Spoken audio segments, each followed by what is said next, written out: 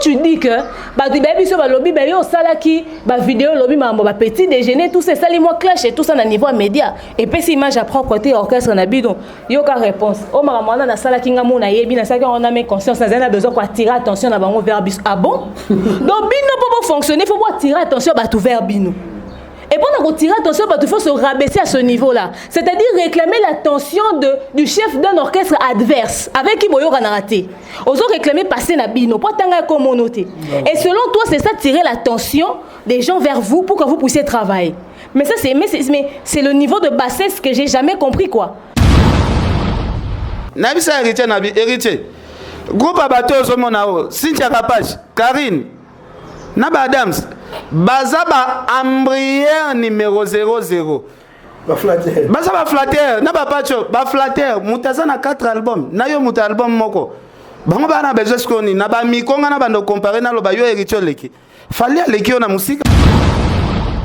Ozomona Mutazo baza porte-parole orchestre avant de comparer trophée à nombre d'abonnés à YouTube, na makamba misala borsa na internet. Abi neti petit nosbi asa petit abandi lobby wa mais bino bozotanga to ça ba 80 millions de vues mais petit nosbi ba PC trophée na YouTube yo monana ni ba PC trophée na YouTube 27 chiyuza bi oh mais trophée ozobete la lisolo wana et ça trophée ba PC rabiso so roxy 100 000 abonnés ça n'a rien à voir avec le nombre de vues YouTube a pesa mutuna nombre à vues donc on a créé complexement pour sur leur information maîtriser est-ce que le bien on a média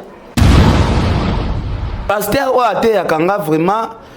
Même na moni sexe tapi na vraiment ebimi boye na kokima église te pona ba sentiment sexuel ya mutu ngana ki église en tout cas na kokima église te église to kenda koyoka maloba église to kenda pona pasteur maloba na e wana nde ebongolisa biso soto bandola ndela ba vie privée ya ba pasteur en tout cas ba église nyonso ya Congo ekufa nango ekufa nango parce que yo yebisanga ke pasteur nenga zawana za ba sentiment makile zo sala na niveau wana mbongo pe azanango ba voiture azanango azo makambo sentiment ya nzoto tika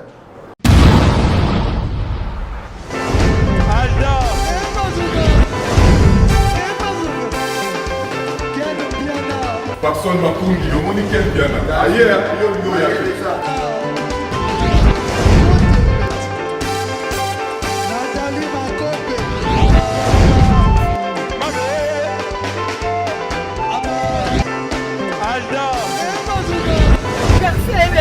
Fali avant. On va te là qui a donc malambo est média.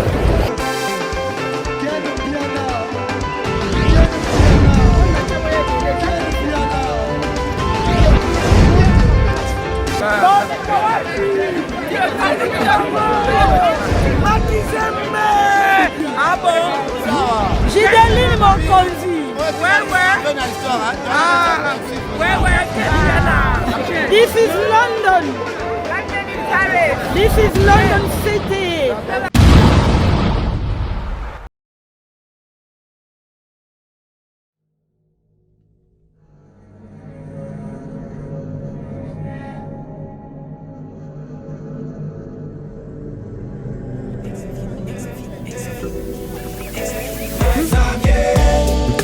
Tu chantes bien, tu danses bien, tu rappes bien, tu danses bien.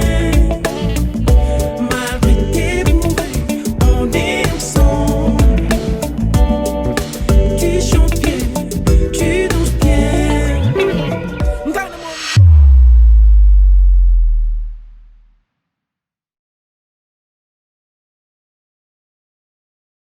Mbote bandeko balandi ya Fimbu na Fimbu News, c'est votre humble serviteur Valdi Tambwe. En tout cas, toye vraiment na ebsarabino mikolo nyonso ke biso toya karaso vraiment makambo ya rolobe les ali na ebi ke sala rabino kitoko ya ressentir le quoi bopona vraiment Fimbu na Fimbu comme canal na bino expression correcte sur l'actualité o les carabon na katia communauté la en tout cas merci pour votre patience confiance qui est souvent justifiée par cette disponibilité de nous suivre nangongo so charabon ba vidéo na biso a vraiment na Fimbu nebi ke bozar ke belé vraiment pour arroser la biso en tout cas na rosala vraiment indifférente et surtout merci na ba suggestion na ba remarque na bino yango vraiment et ça la vraiment constructivisme yango des okolisa biso pour ça yango mato en tout cas bana poto bana mokilomba avant temps sona pesa bino sommaire ya mokolo malelo tikanga na saluer ba banso bazali kota la biso là je vois les champions Caps Kapangala l'homme à la Rolls, les motivateurs de tous les motivés. Moté ma maman la Lisette Lokange, ba parents ya Black Mandosa, commando français na Roger Ndonga les grands colonisateurs pourquoi pas père nanga Koko Arafat Makizembe. Bana poto bana mokili mama ke bino mozo mona makambo zeli ko le kabon na kati vraiment il y a société na biso en tout cas ba soubresaut et belé avec impact na idéologie tozo mona bon ba bras de fer na kati ya musique na kati ya ba journaliste en tout cas to biso mama boy vraiment to ko kenango wapi si quand même c'est bien que na droite na ngalelo vraiment na que surprise na film bali boso to ambela bino mona moi sur vraiment na kombo ya Demer Nyangi na que lelo za na biso vraiment na gauche na nga na zabongo na Ken Piana Makizembe le patron de cette chaîne Fimbo News. Tikana na saluer bango pour commencer notre entrevue. Bonjour ma sœur. Bonjour Vladi Tamboué, bonjour abonnés à Fimbo. Enfin, demeure officielle est là. Donc voilà. Bonne santé. Santé ça bien, tout va bien. Malgré confinement. Oui, confinement et ça penza makasi mais on fait avec. En tout cas merci. Mbote mona mboka Ken Piana Makizembe. Ouais, mbote Valdi Tamboué. Mbote na pesi premièrement na mama si de Jima Pata mama pasteur. En tout cas lobiar na lali na loti ndoto. Na lota mo bandoto mabe mais na moni manji ya mama si de J. Au sentir onction et yelinga na kati ya révélation. En tout cas mama si de Jima Pata merci ndengo sambela rapport na biso pour te mona même attaque ya butu mama si de Jozo Bima. En tout cas merci na prophète Emmanuel Dodi. En tout cas merci na prophète Moïse Kabodi na Londres.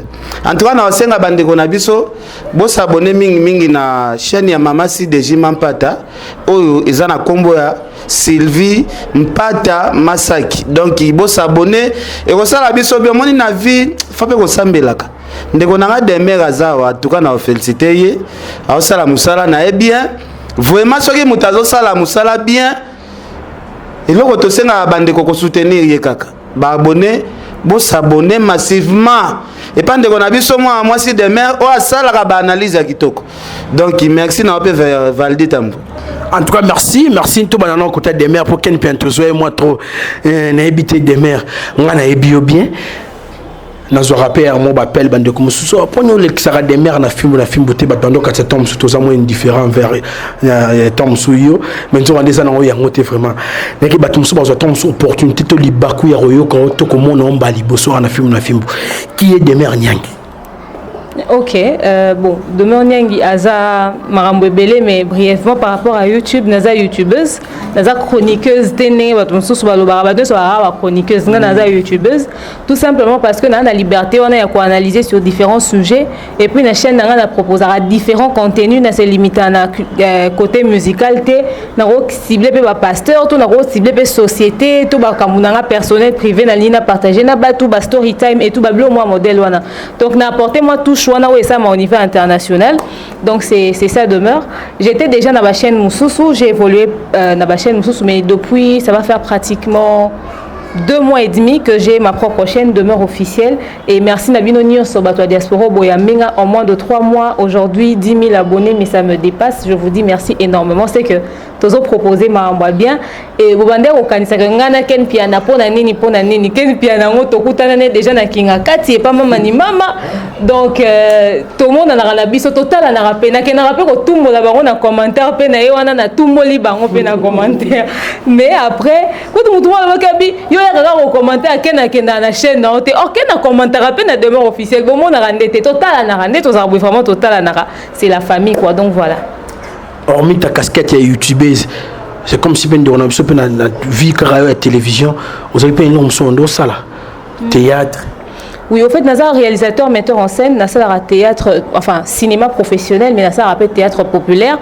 Bientôt, au monde a série nanga, ba film nanga, yobanoko sur ma chaîne ou na ma chaîne à Batumususu, Nastopaki, mais Nazar a rappelé en haut à part on a Nazar organisation d'événements, tout dépend. Mais na milieu à média, Nazar na cinéma, théâtre populaire, na maramba YouTube. En tout cas, merci. Nabi que bata poto bazota la biso pena et Belair au santé surtout trio vraiment nabi que écopé sa makambu surtout la présence ya mon grand prêtre Ken Piana Makiki petit frère vient nga pena Koko Arafat Makizembe na sœur na biso Angèle Moussoïl Makizembe.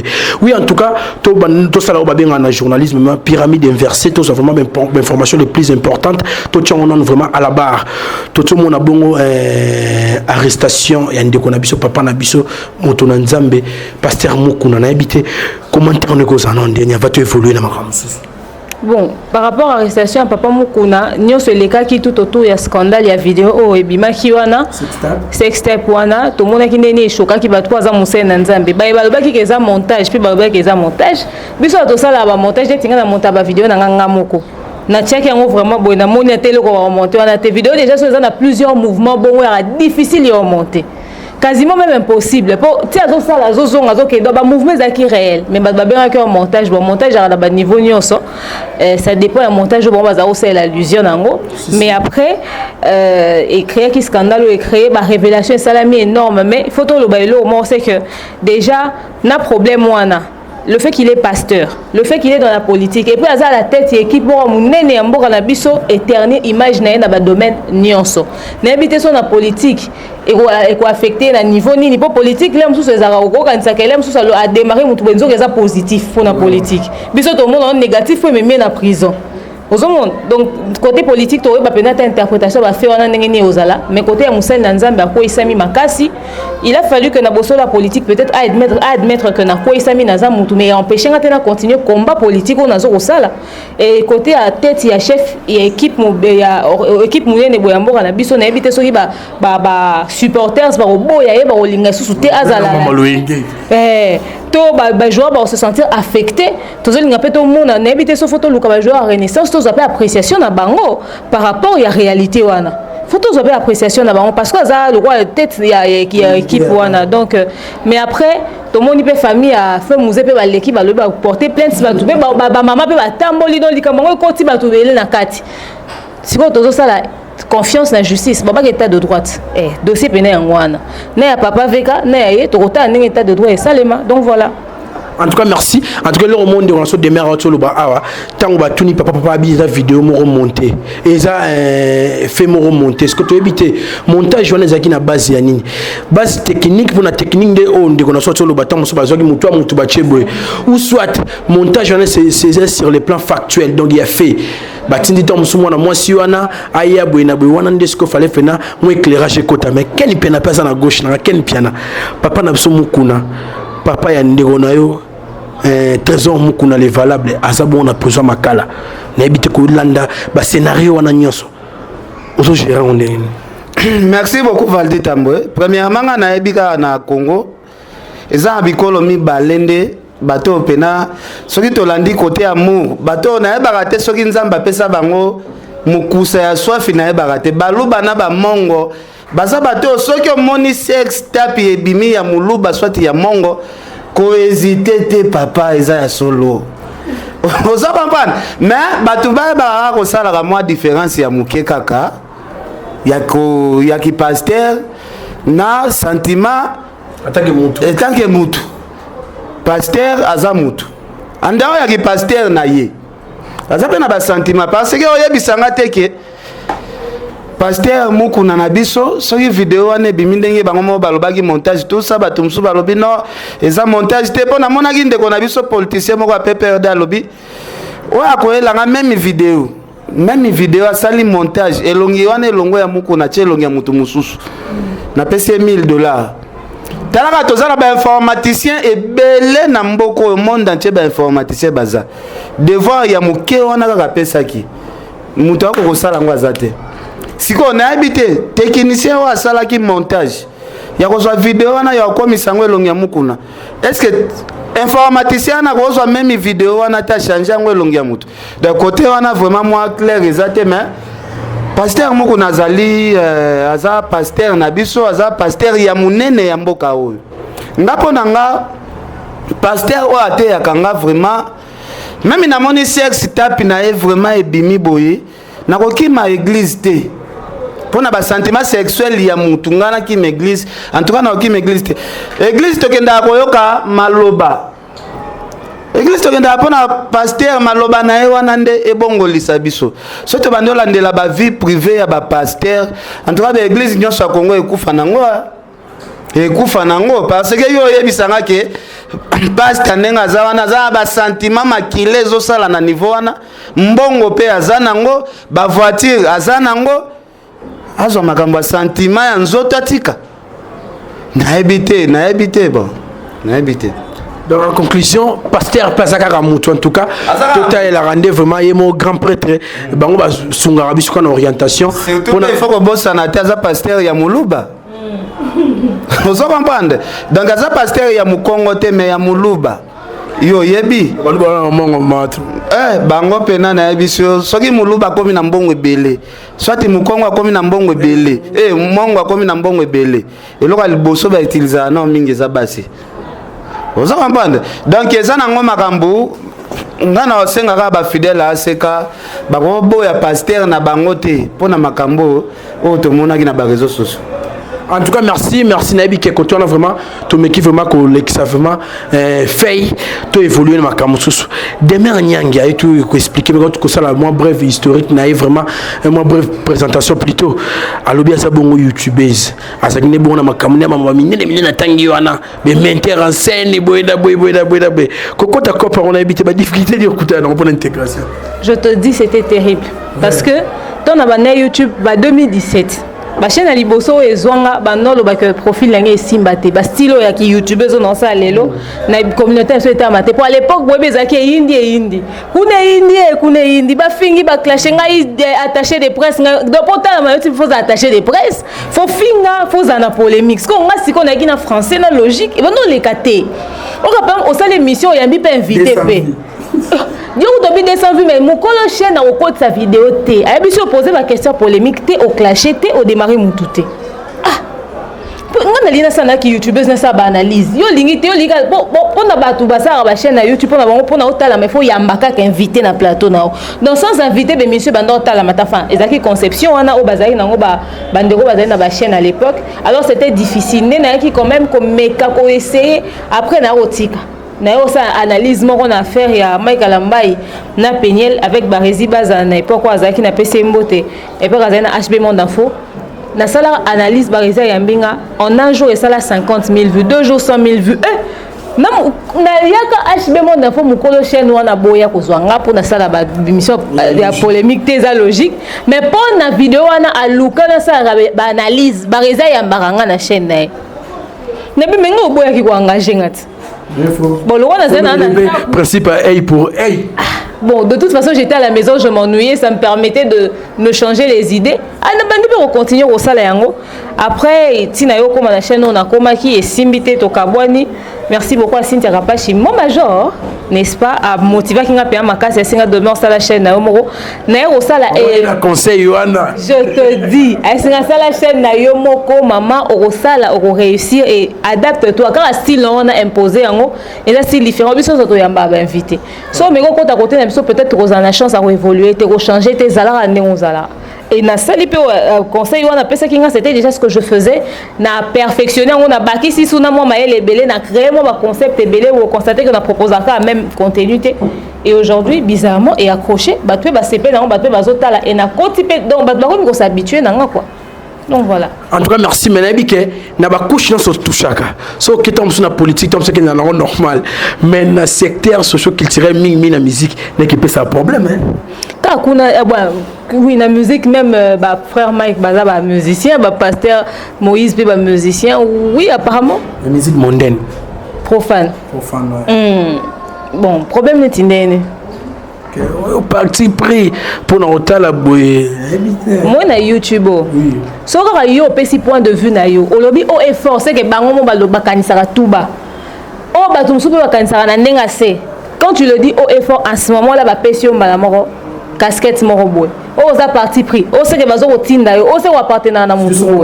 Surtout sur la vérité.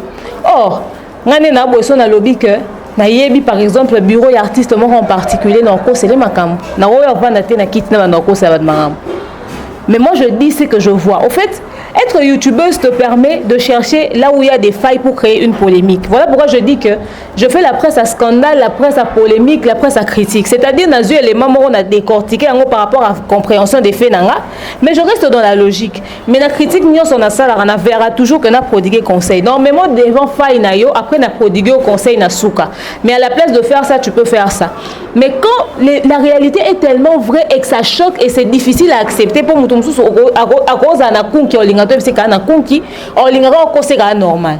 c'est ça le problème dans le milieu de la musicien d'Abisso. Apparemment, les Congolais sont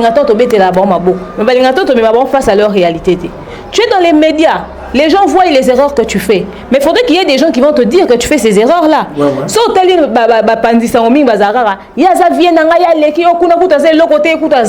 ok, d'accord, bon, c'est bon, ça on a compris. Mais après, ce qu'on a fait, ce qu'on a fait, c'est qu'on a fait l'émission. Na luki fay musu na monte mais zongelo na kuti su fay musu na okelo mawate na rolandi sa ta émission na ta 5 na semaine na pas faire ça. Mais c'est pas avec objectif de te nuire, mais c'est pour réveiller au fait la conscience de beaucoup de personnes. Mais bon, après on est mal compris. Bon, mais ça en tout cas, merci. Tout ça fait na ken piana lelo internet. Moi je vais les surtout avec journaliste. Oh ba parti pris buena bite ken piana. Yebelo ngombe soka yo. Non, nga soa nga te premièrement na nga ndima na nga kasho na ndima prison. Moni kozala au milieu du village écoute ça pena batuti na makala. Lelo ndeka demera lobby ezana batumsu balingaka balobela peut-être ba défaut na bangote. Ezana bandeko na biso mususu ya ba artiste et musicien. O batu ba mona neti tolingi bangote mais non tolinga bango mais tosungaka bangonde. Tosungaka bangonde parce que biso bato tozalaka mwa libanda nde tomonaka makambo ezoleka na kati ya baorchestre na bango. Otala artiste musicien moko boye abule neti alali okiasa kufa na ekala mais yo zosunga lobi ya ndengo za boza deja ebembe luka olamuka po pongi ozokende nango kalate awa tosombelo serkei mais omona Kongo na biso eza pena pasi soko lobeli mutu vérité. Père, nga kenda ko samba na ba parquet plus de 3 fois. Na dossier moko boye ke magistrat bimiseli yo pena vidéo, mais na vidéo na zolo ba lobi, zaneti garçon tel, aka ko finga artiste et musicien boye.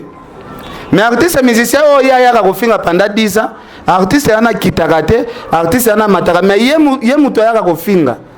Bango kese na bango ezala yo kita. Na tuna pena magistrat na bi. Est-ce que pena vidéo yo pene ko me mangati na parquet awa.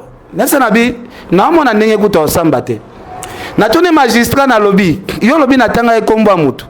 Lakisanga identité ya mutu o nga na tangi parce que nga na tangi kombo ya ndaku na anglais kombo na ngonde kombo nga na ponosaki. Magistrat lakisinga kombo ya mutu na moni congolais ya liboso nga na moni na via na 5 kombo. Ibendi pena koto Freddy koto nani 3 après babakisi mi balé lisusu na bi maintenant oza ba aventure. Ozo comprendre donc musala oyo vraiment so lingi peno sala kombo ndimana nuke boloko soki boloko koya eya mais natia musala na ngana tout droit. Bato bele baloba ko no ken pena yaka ko finga batu tout ça boy emsu na finga na ngape batute na yaka na aloba na ngaka vérité sur makambo na omona ozo comprendre de makambo ozo mona ozo zongsa ba artiste na nzela ezo bimaneti yo zo sala ki parti pris bon na ebité ki parti pris yango soki ezala kandeni nga jusque là ti lelo depuis na banda musala oyo na yeba ndenge parti pris ezala kate ozo comprendre voilà yango zo mona l'épreuve aneza nini nga fanda na héritier to fanda ba héritier ba Karine ba Cynthia Kapashi ba Pacho Refi ba Adam Suluzolo tout ça ba pesa héritier pena rapport ba pesa héritier rapport to fandi biso nyonso ken est-ce que comprenez ken ite ken alobela mingi fali ken alobela ko penate mais ya lobela mingi fali na bisa héritier na héritier groupe abato zo mona o Cynthia Kapashi Karine Naba Adams, Bazaba Ambrière numéro 00. Bazaba flatter, Naba Pacho, ba flatter, Moutazana 4 albums, Nayo Mouta album moko. Bango bana besoin skoni, Naba Mikonga na bando comparer na loba yo héritier leki. Fali aleki yo na musika parce que Fali aza na 4 albums. Yo zana on a début eza li solo mo soko kuta na Cynthia oyebisa yo na kacha boîte MM nga lobela héritier en face. En plus le même jour wango héritier comprenait que mutana souci na nga yeyo. Talaka baya tout bazonga ça ko pesa ba transport mais héritier kabelanga 150. Et là c'est que muto ondaza mutu azolinganga po ye azo dévoiler vérité pour les. On s'en comprend. Merci Ken Piana. Ouais. Je peux compléter quelque chose en disant, en fait, le problème avec l'artiste, on a biso balinga aux alentours, na bato bakumi savon, c'est-à-dire des flatteurs. Bakoka aux alentours, na bato balobana bango au effort les vérités boété. Au monde apprenant que mutu ya bureau artiste moi vandi na chaîne, oh ça la gaffe moro énorme. Alors beta li solo ya erreur artiste ne moi sali na orchestre, mais on nga bimso ka on désaka bien. Ba betele kama bon oko sabat, bon oko sabanani. Ngai on anda lo ba dernièrement, j'ai dit bis ngai niveau pression na memi ezaka il faut artiste ba ndo banga, c'est-à-dire son a sali faute mon na TV, on est des fashion police, on est on dirait ouais ba presse critique existe à peine libanda quoi. On est une fille na landela ba photo son a vandi mabe oh beta li solo na on a TV. Il faut battre en banga biso bongo. Comme ça on va ça erreur te ba paparazzi baza banani. Baza bato bakenda kolanda ba star aminene na sima luka information et cause à gaffe. To e koko zala eloko bien. C'est-à-dire ce qu'on kenda ko bouger qui na position moi mabe, to sala ke lo mo ya bien te ya illégal to ya propreté ko terner image no so paparazzi azui photo wana. Atia on ateke lo ba journaux. Bobi ba mbongo sala na États-Unis wana. Bolo baka to za international. Mais bolo kape boy ba o légal international. On le roman tout à l'heure, que moi, Tom Sou, leader, je suis fan d'un coup, moi, avec la télévision, erreur, moi, n'habite pas une phrase où il Tom Sou, mon peut-être aux erreurs, on t'a reçu la télévision, tu n'as pas entourage à artiste, c'est ça notre phrase. Et dans une phrase, c'est ça histoire. Et ça, directeur, moi, avant de lobby, à ça, directeur, il y a marketing et orchestre. Batounier. Maramuni ezole na orchestre na lobby ngane poni mamozo avancer ta bingane na zabwe na za victime ya système on a kuti na orchestre mutu mo azaki à la tête à longo atiki des ordres na kati orchestre siko ngana kuti yango ngaba décision na ngana ozo eza penda na porte po ngana zo dépendre na hiérarchie siko ne nazo dépendre na hiérarchie. Mais non, mais dans la réalité, ce qu'on est décision n'est pas à niveau hiérarchie. Ce qu'on hiérarchie n'est pas fonctionner. Na des autres on a coûté un azaka victime nango. Mais pour nous créer une stratégie, c'est pour artistes nous va contenu et zapper sur les réseaux sociaux. On a ça là, makamu indépendamment de la volonté artiste était. Zelanan, au directeur en marketing toté produit pour n'andinga au tekamate. Yo nous directeur en marketing, yo nous teke, yo faut y biso moi la minute on est là, yo faut qu'en photo.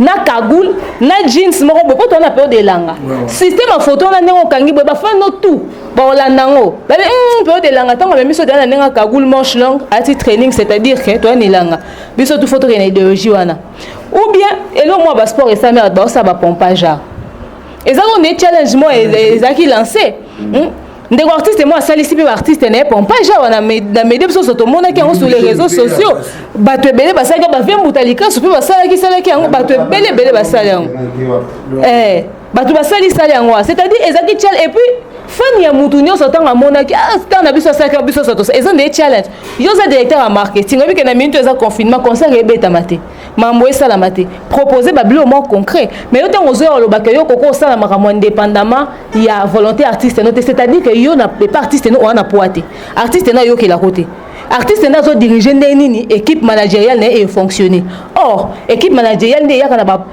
na stratégie nenge oteka artiste ye fois yoka ye fois se laisser fondre au creuser à la stratégie au bo mimila parce que ça pour na oteka na nenga lelo ozo mona mutazo baza porte-parole orchestre avant de comparer trophée ya ba nombre d'abonnés à YouTube na makamba misala do ça na internet abi neti petit nosbi asa petit abandi lobi wa mais bino ozo kanga to ça ba 80 millions de vues. Mais petit nos bi ba pese trophée na YouTube. Yo mona nani ba pese trophée na YouTube. 27 chiyus abi. Mais trophée zo bete la lisolo wana. Et ça trophée va pese rabiso so 600 000 abonnés. Ça n'a rien à voir avec le nombre de vues. YouTube va pese mutu non nombre de vues. Donc on doit créer complexement pour sur les informations maîtriser. Est-ce qu'on le veut en média? Vous comprenez? Bah détail moi ba modèle wana. Côté mususu ba boostaka une chance pe fait ça tu dis webmaster ba mo recadrer mon cabine non ba ba 4 ans en 2018. Tu vois, il y a des choses comme ça au fait mais déjà on a coûté ça ba détail moi mais déjà tant on que directeur en marketing on que azana autorité to équipe manager ils ont fonctionné c'est pas caprice artiste il y a un problème. Na journaliste tout Charlie Prince n'a pas son mot ici aux Ouami. les journalistes à tourner à lobby, donc on a un désordre au sein de l'orchestre. Oh, tu es à lobby, bon, on te pose ma proposition, on a proposé, tu te contredis dans la même vidéo. C'est l'image de l'orchestre. Quand tu dis que, lobby, vidéo, lobby, petit déjeuner, tout ça, ça les mots clash et tout ça, dans le niveau média. Et puis, cette image à propreté, orchestre, on a bidon.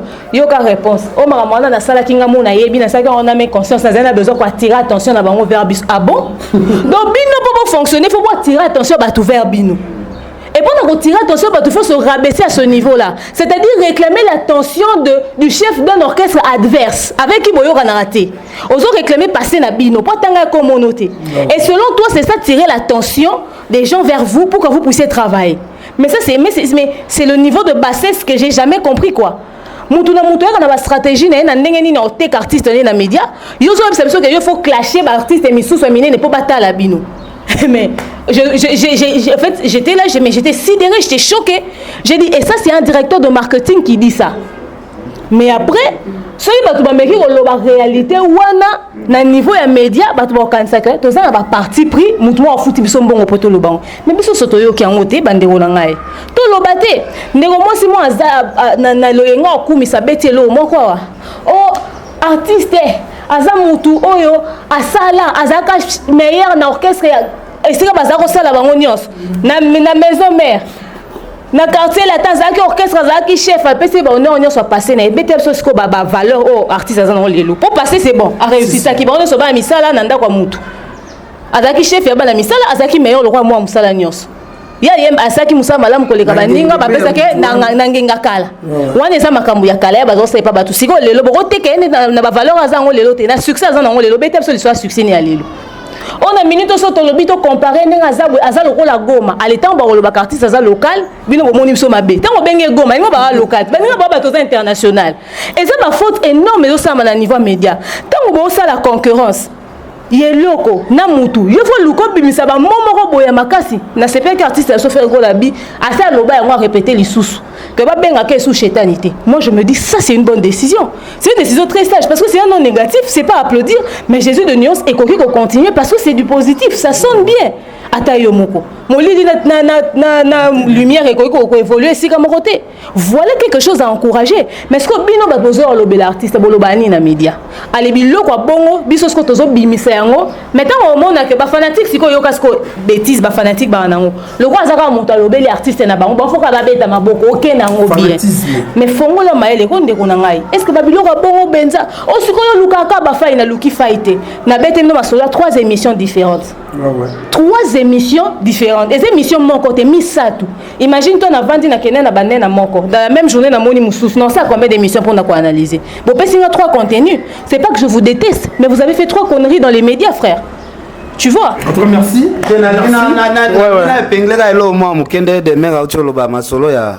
Ya kombo acheta wana ntukanga cheta ya na lobaka kombo acheta ngana muswahili na yebike cheta za bolo cheta za sata nde biso ba swahili to benga ngo bon na kama émission moko na sala na ngaka abwe na benga na ngaka cheta par rapport ya cheta o ngana yebi ke mutu soki aza cheta aza na ebolo le mutu soki aza cheta mutu wana seki aza utile te na mokili po biso to aba na nzambe mais na yebisio eza na bato pena ba leka TV ba pena ko sala nga droit de réponse o afingi leader na biso siko kombo bino peut-être bozo boya kombo eza ya ndoki cheta mutu alobeli cheta boye ko sala ngo ba de bozo demain on ngelo bani non yebo boya ngo kutu kala ya 8 ans passé so bino mabokanga ka boya ngo kala ata boki mutu alobi e choqué binoté pour na minute ça changer comment et puis il a encore répété ça et surtout car na BRK ya communication il y a 2 jours passé na zaki bon internet na betaka ba comment na tala ba biographie na beti komba grand frère na biso en tout cas ndeko na directeur tango lo ba na télévision cheta sito longola yebaka communauté mobimbo tala ba biso ba landela attends moi que ils ont ba directive mususu ba de information mususu ba kota mingi na Google na Wikipédia sobriqué on a pas tiré le zakaka. Merci, je confirme ça. Ouais, je confirme ça sur Wikipédia, il faut changer sur les réseaux sociaux, sur d'autres plateformes en fait, il faudrait changer ça parce que quand vous donnez des sobriquets, l'international nous regarde. Oui. Le temps pour faire passer communication, veillez à ce que elles allaient circuler sur les réseaux sociaux. Moi dans salé la émission dernièrement, bah au fin ngana commentaire babina zoba. Muta se boye le l'émission na ngeza sens té. Or, eza ba découvrir kaloba qui en cas jour wana. Bamsuko balanda qui était direct on Instagram tant lobela kiango. Donc c'est une communication qu'il faudrait passer pour dire que l'artiste a changé de nom. Mais tu constater honnêtement que depuis un moment il m'a pas mis benga pe bongoté. Depuis un moment tu yoka te mo kaka Jésus de nuance chez ta pena to ka ngoli souté. Et c'est quelque chose de positif à travailler sur yango tout simplement. Merci de bien. En tout cas, na yebi ke bana poto bo Hollande biso ken fait la pardon. En tout cas, ouais. To kata moi lisolango. Nga c'est pour la première fois depuis na botama que na mona mutu batindeli avis de recherche ya l'état. Ba biro de pena ba lié ko luka mutu. Mais na kombo kaka ya soliste na bino ya orchestre. Nde boyo kangela ken piana. Yo ba kangela yo yebi lisolo ba kangela nga toketi naka kombo ya soliste na bango da muto ba biro de ba luka kombo ya soliste na bango. En tout cas ezana jour mususu pena nga il faut na s'appliquer pena. Na s'appliquer pena bien parce que na mona trop c'est trop moni ba biso père mon boye to fan na boye to zala na biso père mon ko puissant en coulisses. Mais total ara to lobi soki na lobi na poser art mon ko boye peut-être ba artiste congolais tout en général peut-être ba ko inanga. Mais to zala capable ya kosala mutu mama na dossier pe compliqué mutu bato mso bakoma mona ndeni soki na ana mbongo na kosala ba n'importe quoi mukanda o boyelanga wana kino ba toye kokanga yo na kom soki boye soki avis de recherche ba sala avis de recherche na kombo ken piana nde pa kia ko chat mais kombo ya mutu ba luka zala kombo ya soliste na bango moko na ba colonel balobi mais comment mutu o boyo luka babi ba yo ken comme le veza comme noté ba na carte électeur pour moi na ke orchestre na orchestre ya bagaf ebele c'est sûr ya na ba lettre mususu bino bosala ngo pena na ndako bosala ka na ndako tellement ba batamayele pena bazate ba bulene ta vie de recherche ba luka ken faut ba tia moto nde pour babimisa soliste ana nde en tête usurpation d'identité oza papa et loko ana en tout cas soki ezala ke ba filma kango bakonzi balakisi na mikanda bongo elingaki ezala scandale réputation orchestre elinga ebeba mabe. En tout cas, Eliezer Kungi replay image au calme azana landela so malimbe pourquoi pas Gilles Vassimba l'infinitif monter ma maman na so Tanya Moko comme Miss de Londres Gina Kisala la souriante.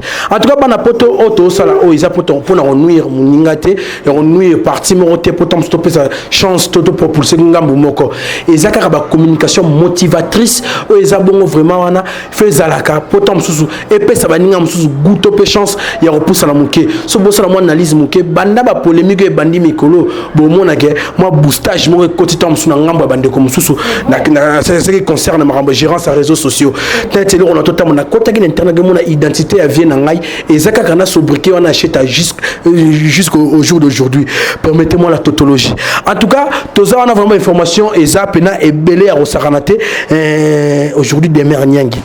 Tu es compté parmi bateau prôné sur la potentialité musicale. Il y a l'artiste Fally Ipupa King. N'était son accossinon. Bon. Aujourd'hui, nous sommes bien battu taxé du falitisme. Oui, c'est vrai, et puis warrior n'a pas si bien mbote pour bangonde penza bazo sala ke batbo ka sous passe so ba commentaire d'abord il faut comme warrior. Bon, quand quelqu'un fait quelque chose de bien, toro looké no ba gafte. Quand c'est bien, c'est bien. Quand c'est pas bien, c'est pas bien. Bato ba kanza so ki to privilège à Fally, peut-être to nyo bato mususu nga na loba ki yango. Welinga gafo Fally asali na média na monete non lobile yango. Fally futa ngate na epte poani no bangi. So non le bela mususu ba artiste minene bo baza ya mikie ba international muto mbinze mon anglais pona mukini mobimbe yoka pona lutter contre corona ko sekate ze solo yo to se gama bladi ba dira o sourire de logino ata yo gentil artiste na biso aleki na RFI à lobby so qui RFI je sais pas chaîne non internationale va poser une question pourquoi il a choisi de chanter en anglais et en français pourtant à tiki communauté congolais plus précisément ba kinois olay manalingala il a dit objectif ko ciblé international donc as un artiste local té azo yemba pona ko toucher partout dans le monde.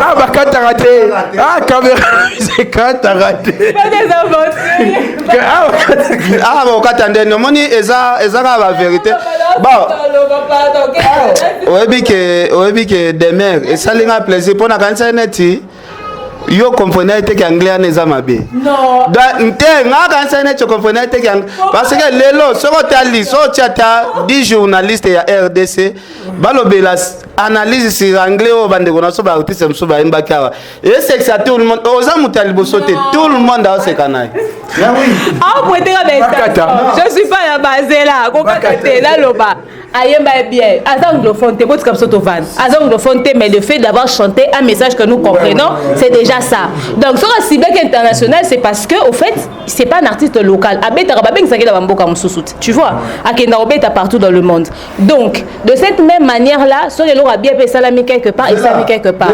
pardon OK il faut te discuter rappelle moi muké et to benga ba artiste international bagenda obeta partout à travers le monde. Ndeko na biso abeta na combien de continents? Depuis banda musique abeta na combien de continents?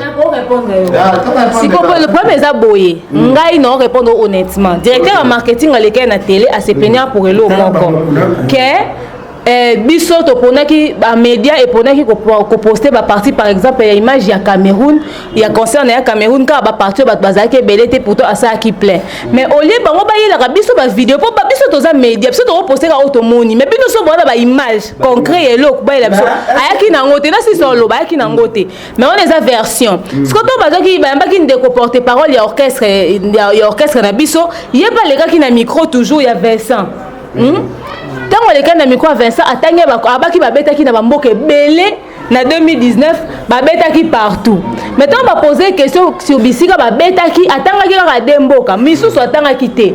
Si on ngai na ebika ke banga na kangi ka belé o ya lobaki. Atanga kene ba loba na mbangu poto komina suka na ngana tsika ba. Est-ce que demain so na lio vidéo mo babeta na Moscou ba sala 17 personnes. Est-ce qu'on accepter pe ko lexango écrire le problème te. Bana classe ba kendaki fa ba ngwana fa ba kende vacances. Yango ba basaki belé. Kasi yango na lobi 17 personnes de bazali na salle parce que er ba contranet Moscou na toza ba image. Ponga nazana mutu nanga zala ko na les mondes.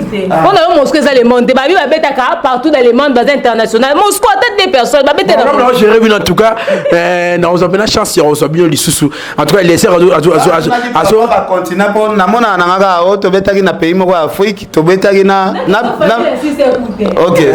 Le bon voilà na lobela mamba fali o ya bien to lobby ya bien o pe ya négatif ce que monani to loba to hésiter.